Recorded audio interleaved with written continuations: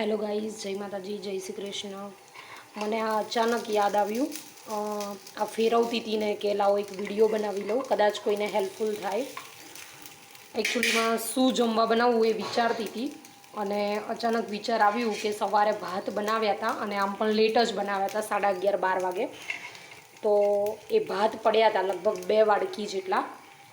તો પછી વિચાર્યું કે આ ભાતનું શું કરવું, તો પછી એ ભાત મેં લીધા અને ભાતમાંથી મેં આ બનાવ્યું છે. આમ તો અપમ બનાવવાના હોય છે, પણ આ એ જ રીતનું મેં કંઈક બનાવ્યું છે, તમે જોઈ શકો છો. તો વાત એમ છે કે હું આ રેસીપી તમારી સાથે શેર કરું. અરે હા, ઓકે.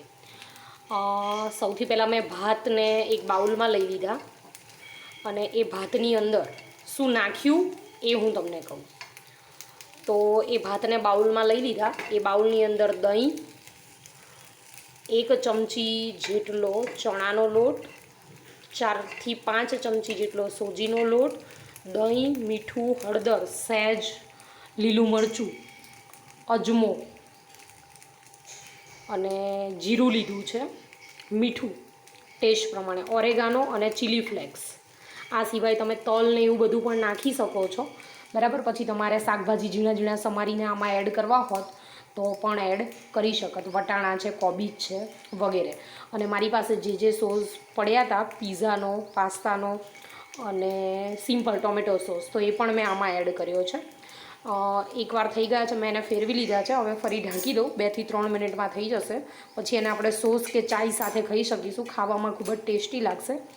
આ એટલા માટે મેં વિડીયો બનાવ્યો કે અચાનક કંઈ બનાવવું હોય ને આપણી પાસે ભાત પડ્યા હોય તો મેં જે આ કીધું એમાંથી જે આપણી પાસે અવેલેબલ હોય ને એ નાખી બધું મિક્સ કરીને 5 થી 7 મિનિટ રહેવા દેવાનું ને પછી આમાં ચમચીથી નાખી દેવાનું. 2 મિનિટ થાય એટલે પાછું એને ફેરવી લેવાનું. આવું 2 વાર કરીશું એટલે થઈ જશે. ચા સાથે, કોફી સાથે કે પછી સોસ કે એની સાથે આપણે આને ખાઈ શકીએ છીએ. ખૂબ જ મજા આવી જાય છે. Okay, thank you, bye. તમે લોકો પણ ટ્રાય કરજો અને કહેજો કે કેવું લાગે છે. રેસીપી બનાવીને જોઈ લેજો એકવાર.